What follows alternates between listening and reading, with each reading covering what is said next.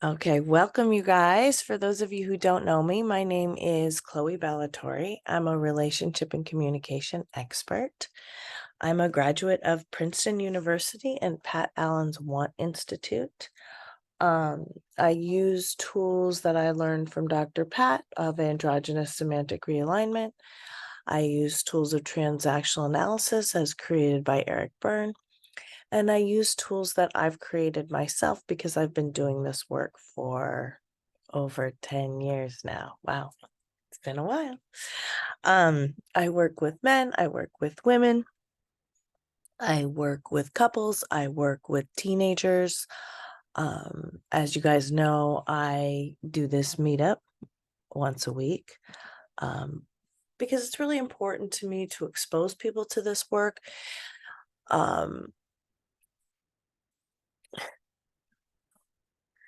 There all of the work I teach is based on established psychological and scientific principles.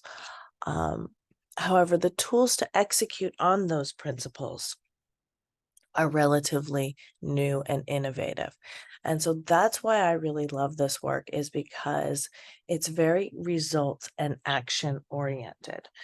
Um, my frustration when I went to traditional therapy was that, yes, it's nice to talk to somebody and have them reflect you, but after a while, you want to see change in your life. And if you're not seeing change, it sort of becomes a fruitless exercise. And so that's why I started doing this work. When I discovered it and I saw what it could do, it changed my life. I've now been married over 20 years, almost 21 years. 21 years a week from Saturday. Um, and I can honestly say that without doing this work, I probably would not be in still married today. So I'm very grateful for it. And when I saw what it could do, and I saw that I was good at it, I wanted to share it. Okay, what else? I've written 3 books on this work. I also teach this work a few times a year. And here, going to put some of my credentials into the chat. And this is very exciting news. I have enabled the cut and paste in the chat now. So I didn't realize that wasn't there before. I'm just announced the module package dates. So if you're interested in that, it's a small group. We work intensely. It's 4 weeks. It's $45 a week, an hour and a half each time. And we really work with the theory. I introduce some aspect of the theory, and then I work with everyone individually on applying that theory to their lives, because otherwise it's kind of useless. I mean, you guys will hear things tonight, but until you put them into practice, you're not getting full benefit. And then you come back and share it and you get even more benefit. So I'm going to put the description for that also in the chat, because I know a bunch of you have been interested in this. Oops. Okay.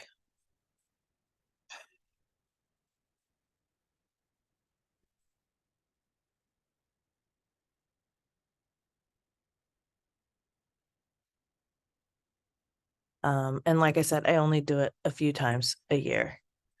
So there you have it. Oh, and I'll throw in these testimonials as well.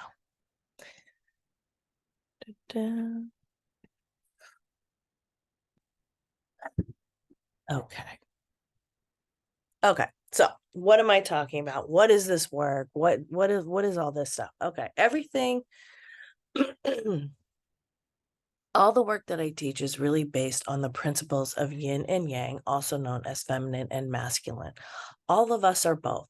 All of us are feminine and masculine, and all of us have a unique balance that is authentic to us. And that balance may change over the years. For example, women become more masculine as they get older because they have hormonal drop-offs. Men become more feminine as they get older because they have hormonal drop-offs. So it's not something fixed. And if you think of the yin and yang symbol, you will see that, if you remember it, it's that slope, it's that wave that implies the flexibility of it. So all of us are both. We often become ego dystonic when we've had childhood trauma. And our childhood trauma tends to show up first in our relationships, the most intimate kind. So even if you've had trauma with a big T or a small t, whatever it was, the experience of being a child is uniquely traumatic, right? Because you have to sacrifice a certain amount of authenticity in order to attach to the people that run the refrigerator. Um, the problem is in the ages of 0 to 12, we have so many critical developmental windows. And so anything that happens during that time has greater power over us than anything that happens later in life. It's not that you can't change your brain. You absolutely can. Okay. So Freud was wrong about that. He was right about the critical development windows, but he was wrong that you're cooked by age 3. You can change your brain. It just takes a lot of awareness. And when we talk about problems in relationships, what we're usually talking about are patterns that no longer serve us.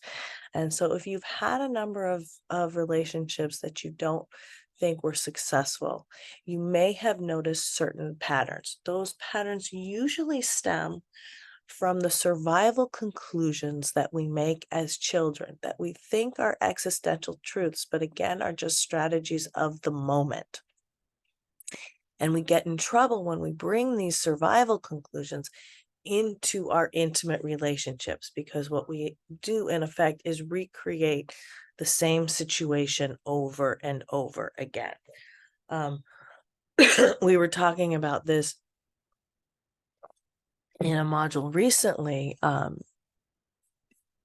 where, you know, somebody was saying, I did everything I possibly could not to marry my father, and then I married my father. And it just is the way that the unconscious and the subconscious work.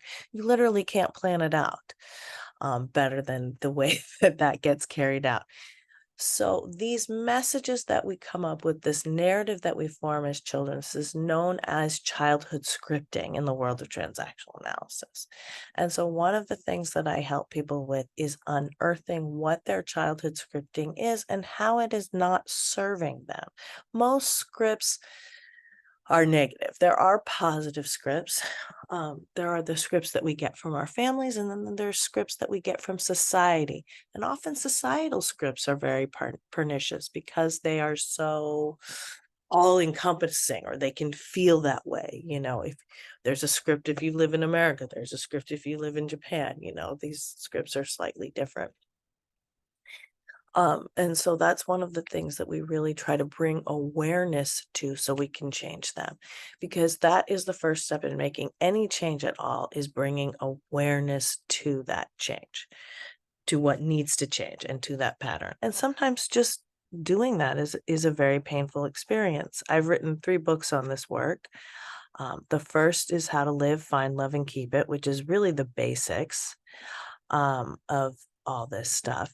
The second book is New Ways of Being, the Pain of Change, because I think a lot of people don't realize that often, even though we're making changes that are for the better, and we're happy about that, and that's something that we want to do, the process of making those changes can often be surprisingly difficult. And so it's important to understand that going in, so that you don't stop and start and stop and start, because that makes everything more painful. So that's my second book. And then my third book is Secrets to a Good Marriage: What is Love? Okay, so I'm going to give you guys now a basic breakdown of what masculine and feminine, what these terms mean in this context. If masculine and feminine are 2 charts for you, can use yin and yang. Well, yang is masculine, yin is feminine. And again, all of us are both, okay? So when we talk about feminine energy, it doesn't have to line up necessarily with the organs that you have, okay? We have feminine men, we have masculine women. That is a good couple because the energy is balanced. And that's what we really look for in relationships, is having that complementary energy. This work really comes in handy when you have conflicts or awkward situations. And if you want to be in a relationship, you better get good at conflict resolution, because those are inevitable no matter how well you get along.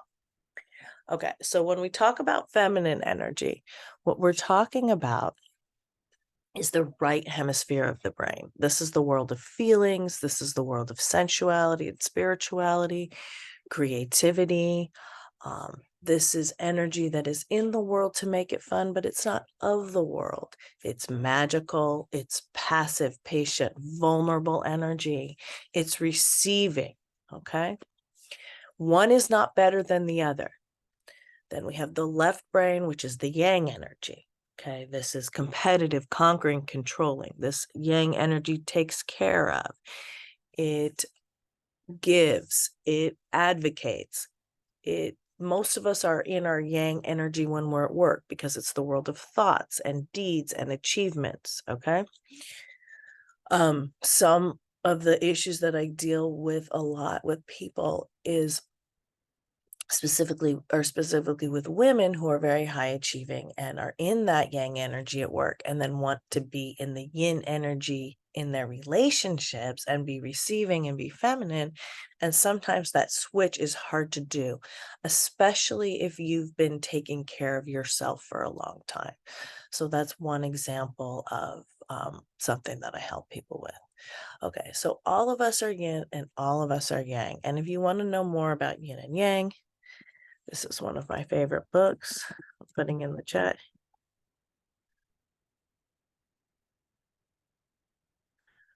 And this book really breaks down how everything in life can be divided between yin and yang. We live in a universe based on duality. So it breaks down food, it breaks down alcohol, it breaks down colors, activities. I mean, it's pretty comprehensive. Okay, so that's the basic introduction to my work. If you don't fully understand what I'm talking about, that's fine. It does take a certain amount of time to have this stuff sink in. And like I said, if you decide to share and ask me a question, this is my favorite part of the group, is when you guys ask your questions. Well, I'll probably give you some homework, and then it'll start to sink in even deeper. Okay. So now I'm going to open it up for questions. You can put your question in the chat. You can also raise your hand. Okay, I did get a message from Sophie.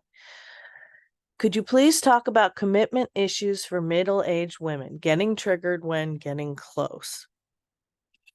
Okay. So I'm going to ask you, if you want to unmute, you can, if you want to elaborate, but I can just start addressing that. Okay. So in general, when we talk about hesitancy to commit, what we're talking about, and to be vulnerable, is again usually as the result of childhood trauma. And the last thing that those of us who have been traumatized want to deal with is being vulnerable again. And yet, to be in a relationship with somebody, you absolutely need to be vulnerable, especially if you want to be in the feminine energy. What does feminine energy means? That means in the feelings. That means if you're in an awkward situation or you're in a fight, you want your feelings cherished first. Masculine energy wants their thoughts respected first. Okay. So if you want your feelings cherished first, one of the key parts of that, and most, it doesn't break down, like I said, 100% on gender lines, but most women, that's what they want. They value their relationships. They want their feelings cherished. And so in order to get your feelings cherished, you do have to make yourself vulnerable. Now, knowing some of this work will help you mitigate that vulnerability so that you're not selecting people who are going to exploit that. Unfortunately, when we have a habit of being vulnerable to people who are interested in exploiting that or using that against us, we continue to seek that out until we can resolve it with awareness. And ultimately, if the brain can't think it and the mouth can't express it, that will manifest in the body as disease. So we really want to start with that awareness early on, as early as possible. So I'll ask you to unmute again, but in general, it's okay to be triggered. Triggering is an opportunity for you to heal, and triggers are always a hearkening back to the original childhood wound. So whatever's happening in the moment really isn't the issue. It's a chance to heal what was in the childhood wound. So you're doing the first thing, you're becoming aware of it. Ultimately you have to begin to incrementally desensitize to being vulnerable and to being in that receiving energy. So I hope that helps. Okay. Okay, Lee, Hey there, Chloe. how are you? I'm all right. I'm all right. I'm doing good. How are you? I'm good, thanks. How can I help you? I, What's I going have a on? couple I have a couple questions for you about your work Okay. tonight. Do you have audiobook versions of your books? I do not, but that's a good idea. Well, I've done a couple if you're interested in I don't know if you want to talk about that sometime, but I've done authors' work where I've narrated, sometimes the other authors have narrated, but I can produce them if you I thought I'd throw that out there Okay. because not so much for me as much as your work. I just think it would really be cool, even if you'd got someone else to do it. Um, I think your work would be so great to be heard as an audiobook format, and they're on Apple audiobooks. It's a very popular format. So I Okay, thought I'll give it some some thought. yeah. My next question was I'm looking at your website for the modules for Mm-hmm. so my question is are module 1, 2, and 3 the same material just on different days, or are No.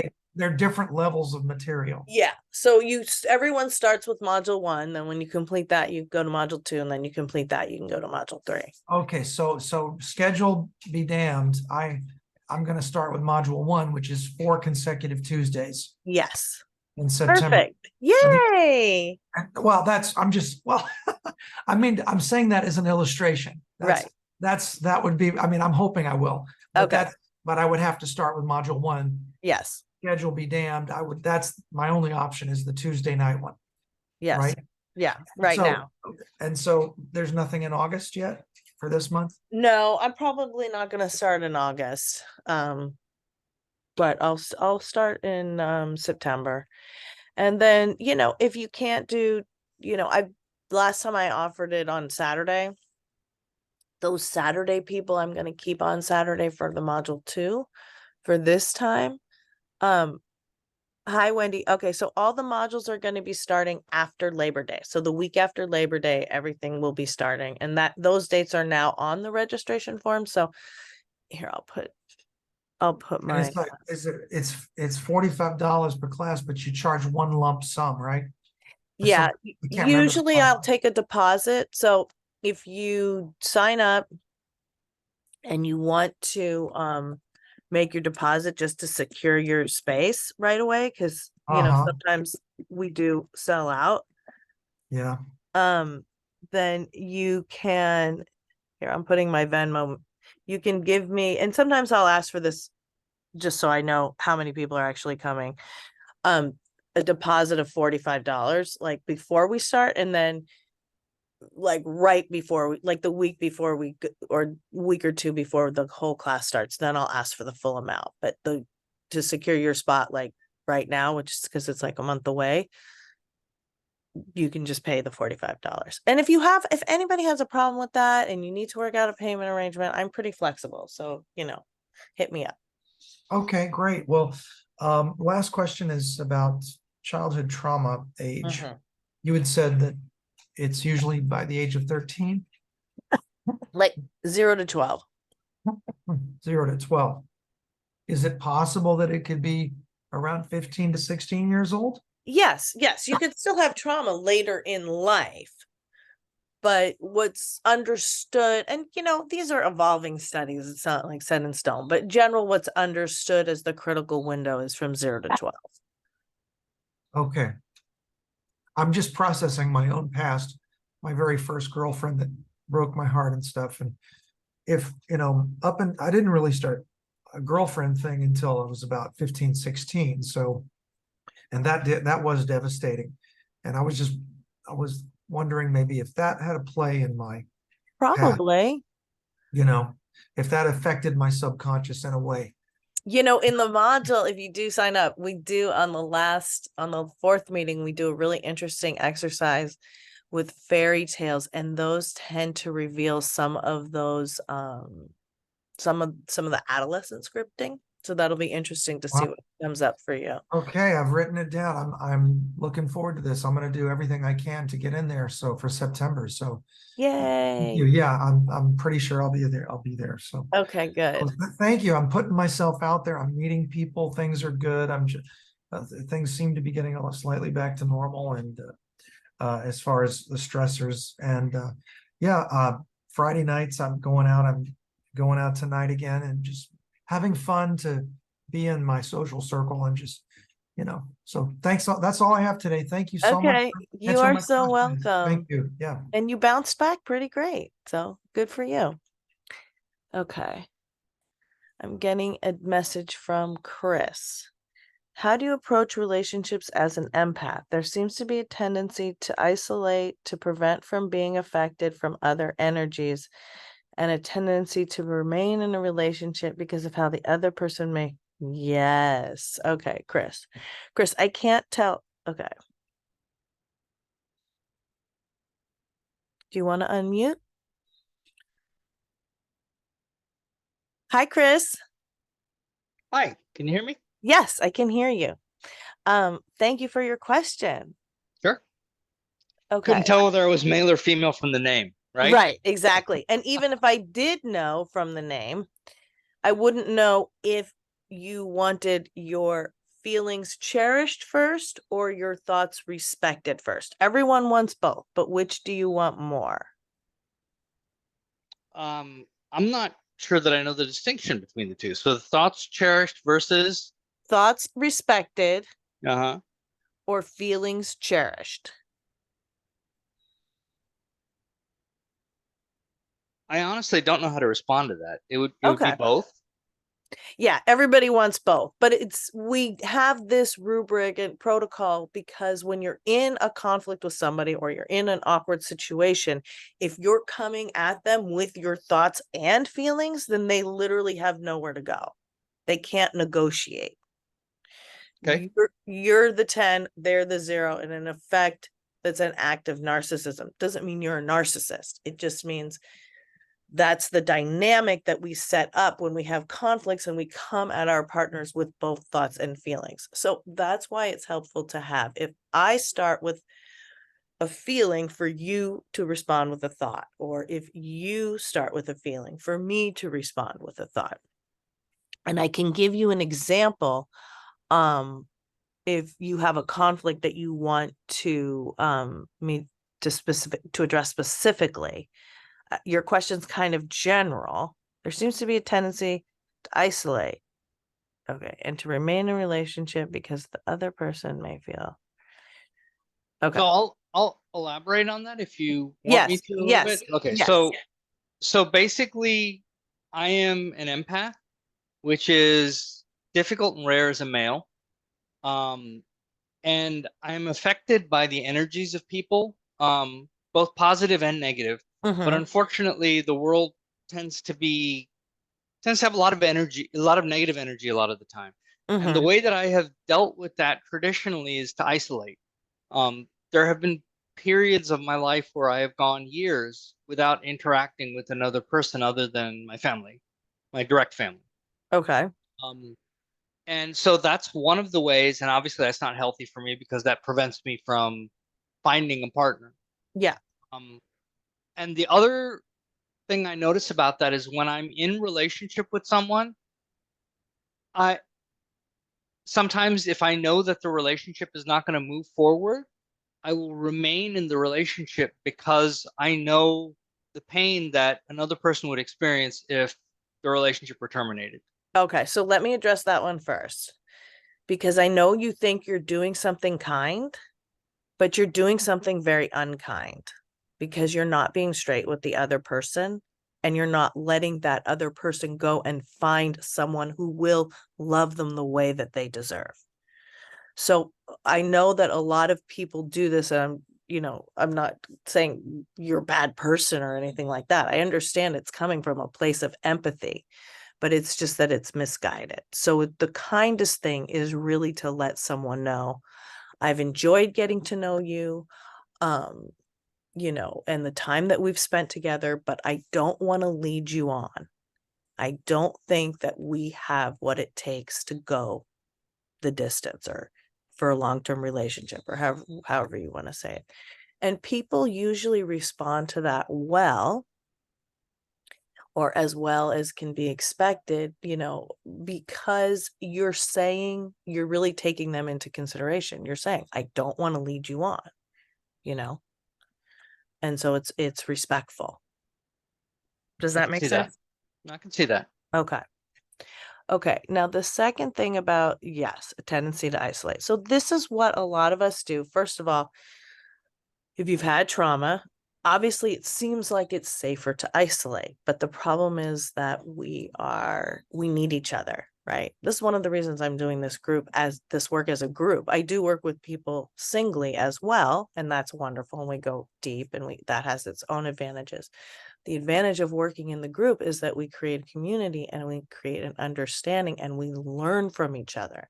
And if you're on this planet, you do need other people. And one of the really hard things about COVID was how isolated it made people. And we found that even the most basic interactions between people will give you that dopamine rush and give you that sense of connection. I had a client who was like, I miss talking to strangers, just having that, exchanging that smile, because a lot of people were masked. And then, obviously, I don't know, around where I live, a lot of people took that to not have eye contact, as if eye contact was contagious or something. So it's good that you're realizing that you can't be isolated. So since you have those isolating tendencies, and it sounds like you may be an introvert, which means that you can go out and socialize, but you need some downtime and you get kind of rejuvenated by time alone. But still, I want one of your homework, one piece of homework I'm going to give you right away is for you to go out every day, at least once a day. If it's just a walk around the block, that's fine. If it's up to the coffee shop, okay. But please get out of the house at least once a day. Okay. So, does that make sense? It does. It's also Okay. scary. Yeah. You're not that's not the first time I've heard that in this room. So you're not alone. And I know it can be hard, but just, that will at least keep you somewhat connected. Now, you said that you don't know. Okay.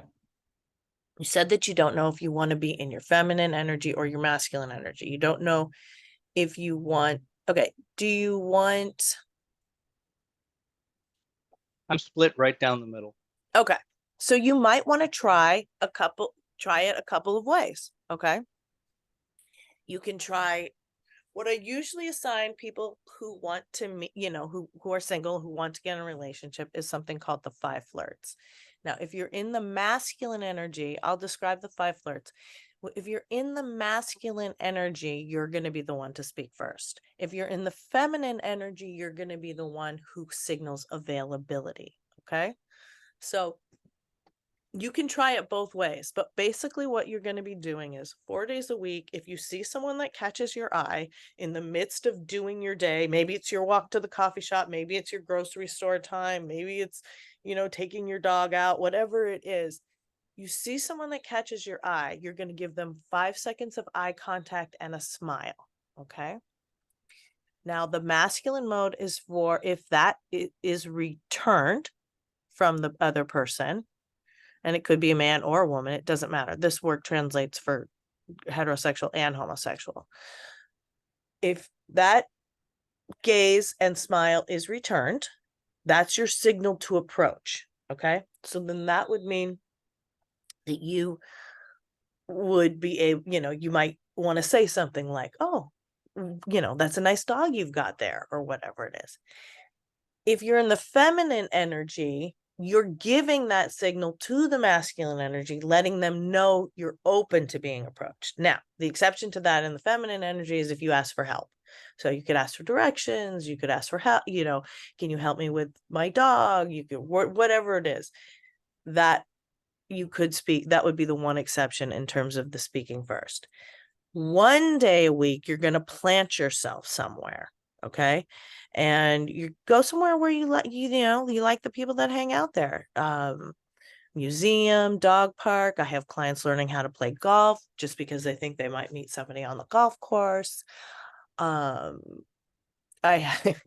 I often use the example of the Santa Monica stairs because there's a lot of firemen that go there. And actually, I did see a woman today who got she had some kind of episode. She collapsed or she stumbled, and there was like 5 firemen at her feet, like trying to help her. So that was a good example. So 1 day a week, you're going to plant yourself somewhere, and go alone. And if you that way, if somebody sees you, they can, or you see somebody, you have an opportunity to sit down and talk and get to know each other. So do that for like 45 minutes to an hour once a week. And then if you keep going to the same place, that can be a good thing, because then people there get to know you, you become familiar. That's why a lot of people meet at work, because they have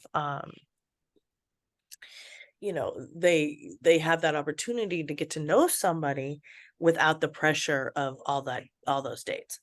So try it, since you said you're dead in the middle, which is basically what an alpha is. An alpha is somebody who has a really strong feminine side and a really strong masculine side. Then try it both ways.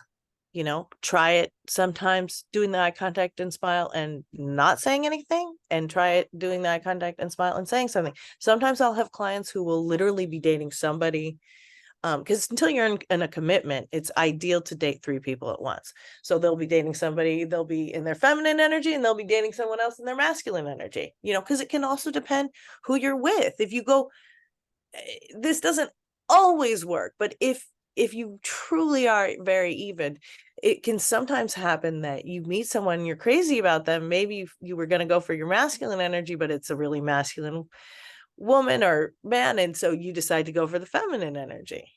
You see what I'm saying? Just to see if you could make it work. Because if you have 2 masculine energies, the problem is it's a struggle for control. If you have 2 feminine energies, it's a struggle for sympathy. Does that make sense? No, it makes total sense. Okay. It would be difficult for me to date multiple people at the same time. Like to give you an idea, when I was younger, because I'm a little bit older now, but when I was younger and I would go to a bar because that was where you would go when you were younger. I would ask if I was approached by a woman and she asked me to dance, I would dance with her, irrespective of whether I was interested or not, because it's a polite thing to do.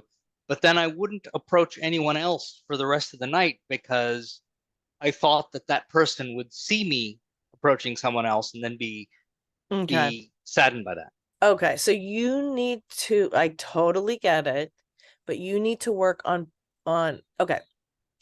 Masculine energy needs to do good to feel good.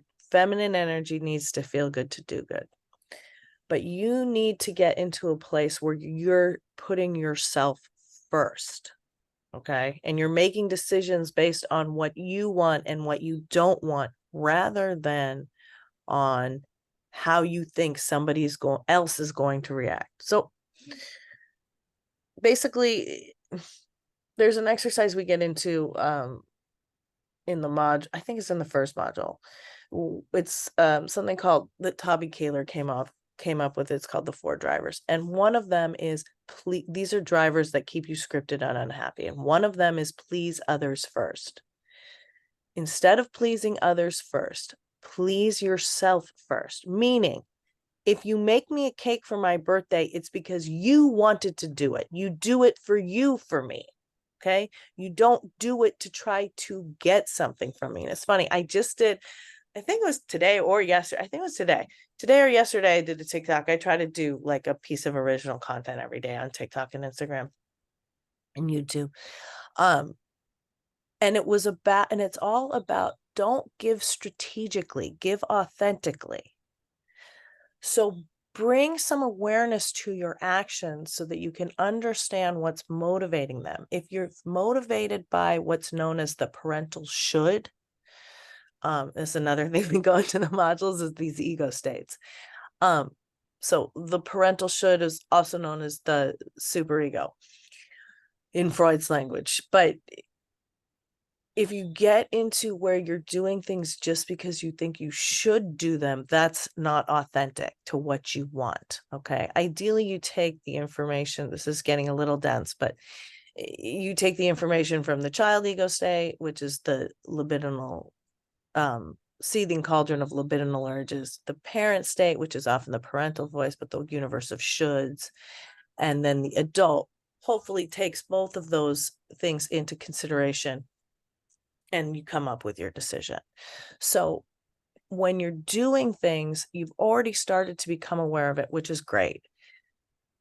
Don't do something solely based on what you think you should do.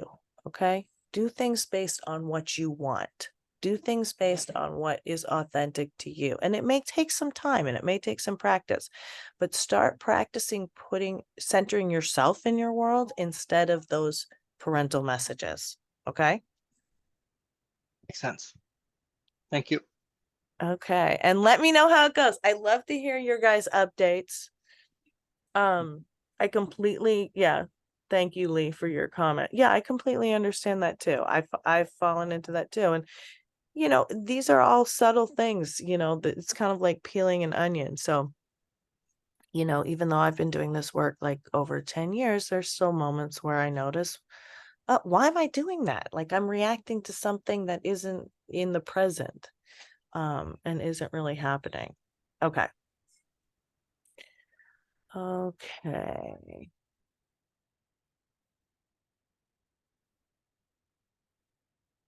Okay. Danny, I'm having many troubles right now. I have these fantasies I want to fulfill, yet I desire a woman to go all in with and start a family. So I'm struggling heavily with love and lust, and don't feel like me wanting to have those fantasies is okay. Should I go on in? Okay, and living those out. And how do I go about meeting people in an average day setting, running errands, park, etc.? Okay, so Danny, meeting people, you're doing that with the eye contact and smile. And depending on which energy you're in, whether you have to initiate that conversation, that verbal contact or not. As opposed, okay, with regard to whether you should act out certain fantasies, I mean, I don't really moralize with people. Ultimately, there's a prize and a price tag for everything you do, whether I point it out or I don't point it out, whether you know it or you don't know it. This is again part of the duality that we live within the universe. So, for example, every catastrophe has a silver lining. Every great success has a downside.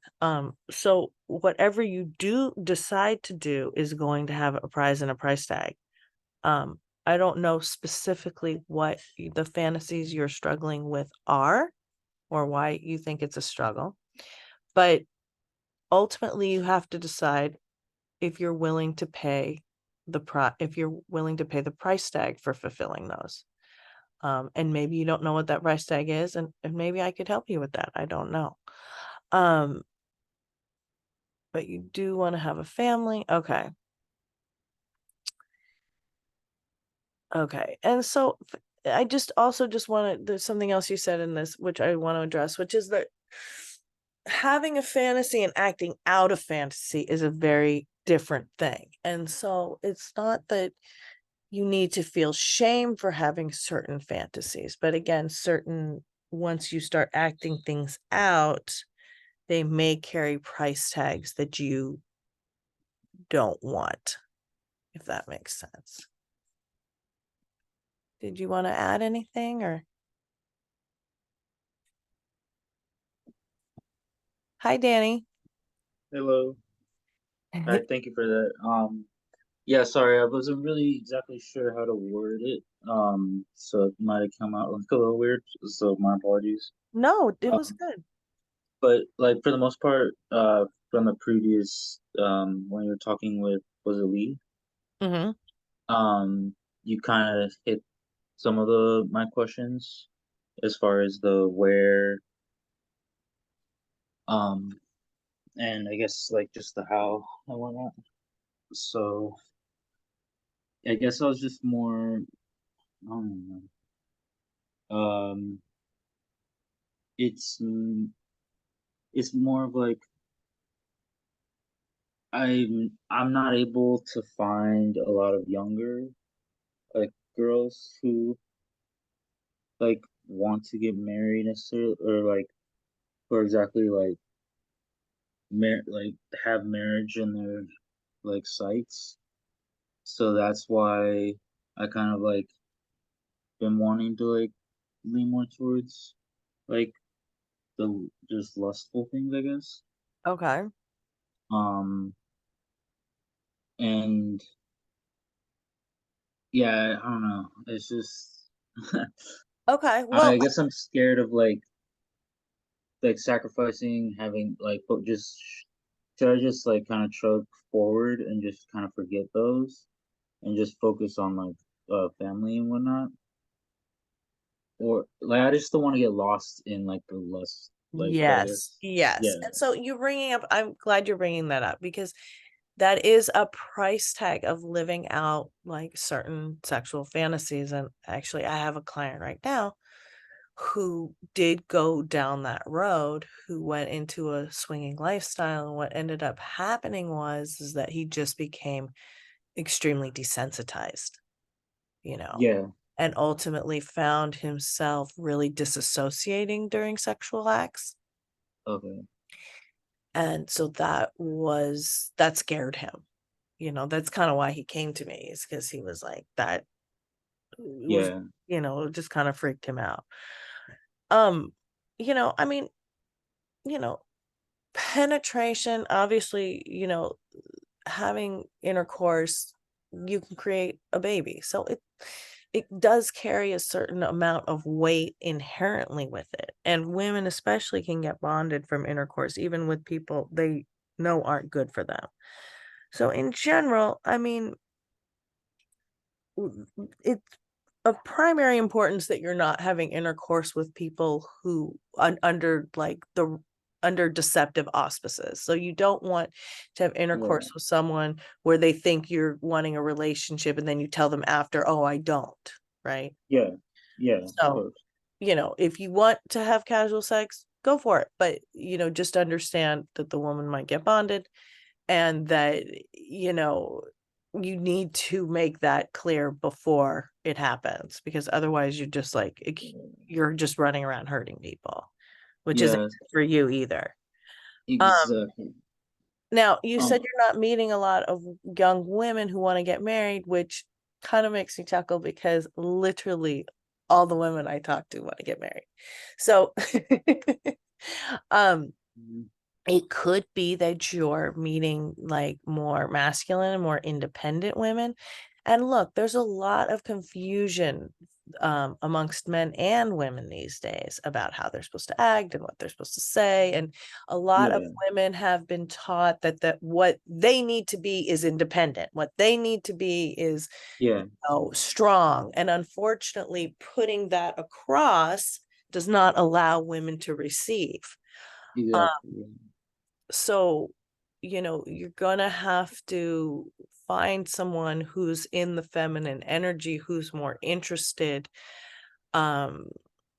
in making a family and isn't necessarily so interested in being strong and independent. You understand? Yeah, yeah, completely.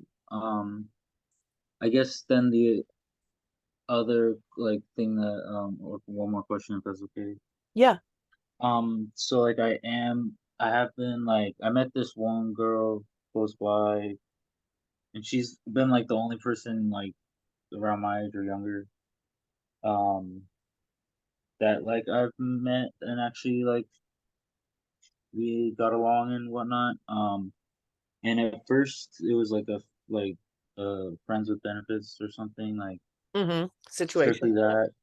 Yeah, and it still is technically, but I could see that she like feels like she wants possibly more, but then at the same time, like she is one of those girls or was one of those girls who kind of believed in that type of thinking that you're talking about. Mm-hmm. And like so she was like a did maybe like a OnlyFans thing for a little bit. Like she's just like kind of like lost or Right. confused. And so I'm like perfectly aware of that and I've been like helpful to her and like just pointing it out to what we want. But then like I feel like I'm like letting her on kind of, even though like I like we've agreed. Like I basically know where it's might hurt her, but I still keep hanging out with her. Should I Okay. just like I don't know. And what is she saying? She's not saying anything, but I could just see it like you read it on her face or like Right, right. I'm Okay. looking. Okay. So then, stop for a while, take a break, All right, you know, all right. because you don't want to be consciously hurting somebody, you know, Yeah, even if they say it's okay. yeah, Unfortunately, if you've had some kind of, if you've had childhood trauma, you can become addicted to pain. That's one of the chapters in my book in my first book is about pain addiction, because you can be addicted to the yeah, hormones that your body releases, just like you can be addicted to, alcohol or drugs. yeah. And It's just the same high. yeah, so, I think it's good to be conscious of that.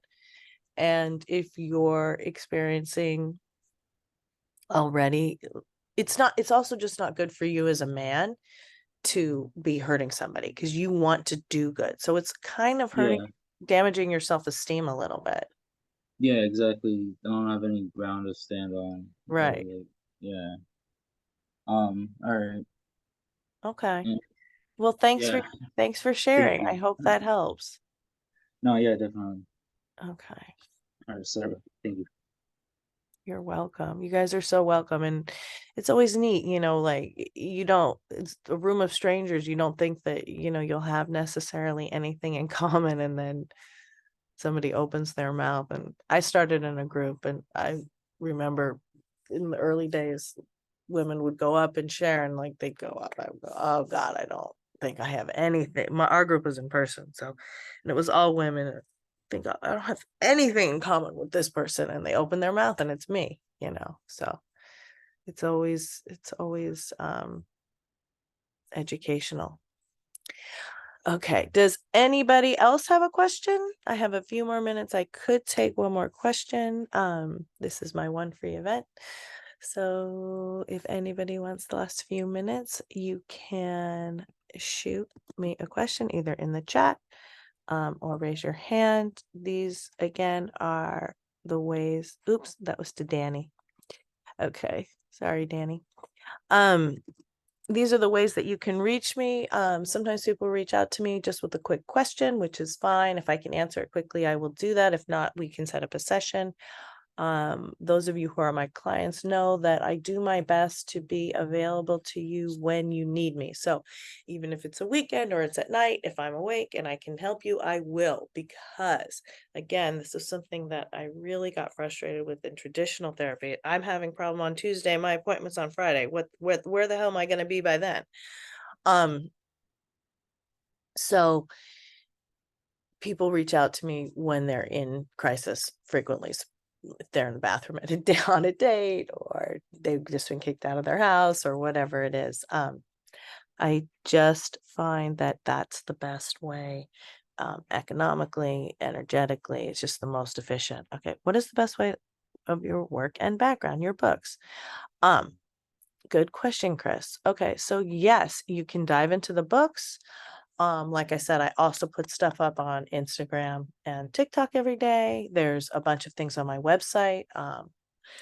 All these groups I've been recording as a podcast as well. So I think there's like 13 episodes of that you can also check out. So yeah, you can dive in a number of different ways. And again, doing one of these modules. This will probably be the last module one I do this year. I might try to squeeze one more in, but if you're interested in that and you want, that's really the best way to get the foundation are those modules, because I teach the books. So we go into that. We go into the things in the book, and then we directly apply to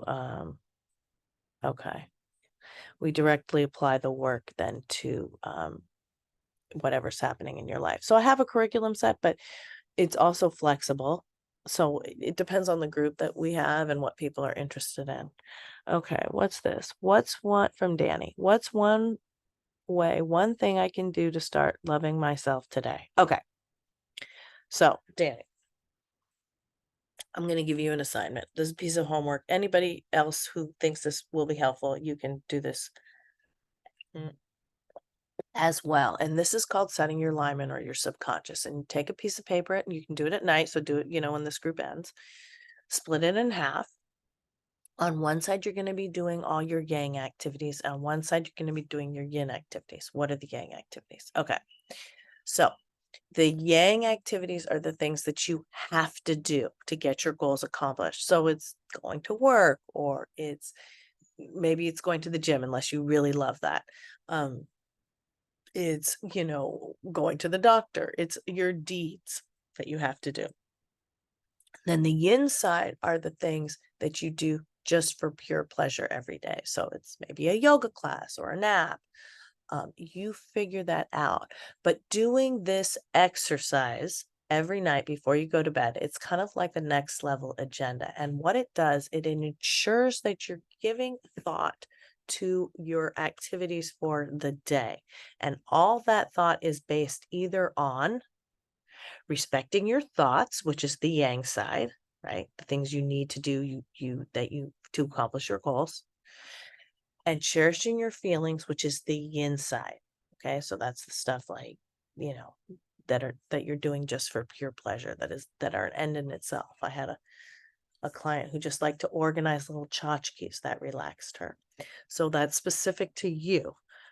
But when you organize your day this way, you don't wake up in chaos every morning. Okay. It's a way in which you kind of ensure. Now, sometimes you have to go off your alignment because life happens, but it's a way that you kind of ensure you're making conscious decisions. And the more that you respect your own thoughts, Danny, and that means having a thought and taking an action on it. So you had a thought that what you were doing was hurting this woman. So you're taking an action. You're not going to keep doing that. Those things will start to build your self-esteem and your self-confidence. So literally respecting your thoughts, literally cherishing your feelings. And that does take some amount of exploration. Okay, good. I'm glad that helps, Chris. Okay. Oh, okay. Okay, good, Danny. Okay, yes. Okay, so Lee has a question. And I had mentioned a few weeks ago that the most successful relationships are those in which the man likes the woman a little bit more than she likes him. Now, Lee's asking, why is that the case? Well, I mean, part of it has to do, this is something that I've observed in a practical sense. So, um, I'm just telling you what I have seen in my 10 plus years. Now, why that's the case, I have a number of different theories. I think part of it is because men need to do good to feel good. So they actively need to be doing. If they're not in love with you, then they're not going to be doing a lot for you. So men need to have that motivation, and that needs to be strong. It's funny, I did see something today that addressed it in the context of, well, women do the emotional work of the relationship traditionally. They carry that spiritual energy. And so for the man to kind of meet that, um, then they need to be more in love, or at least equally. What Yes, exactly. Chris said, man will be driven to more to stay in the relationship. Exactly.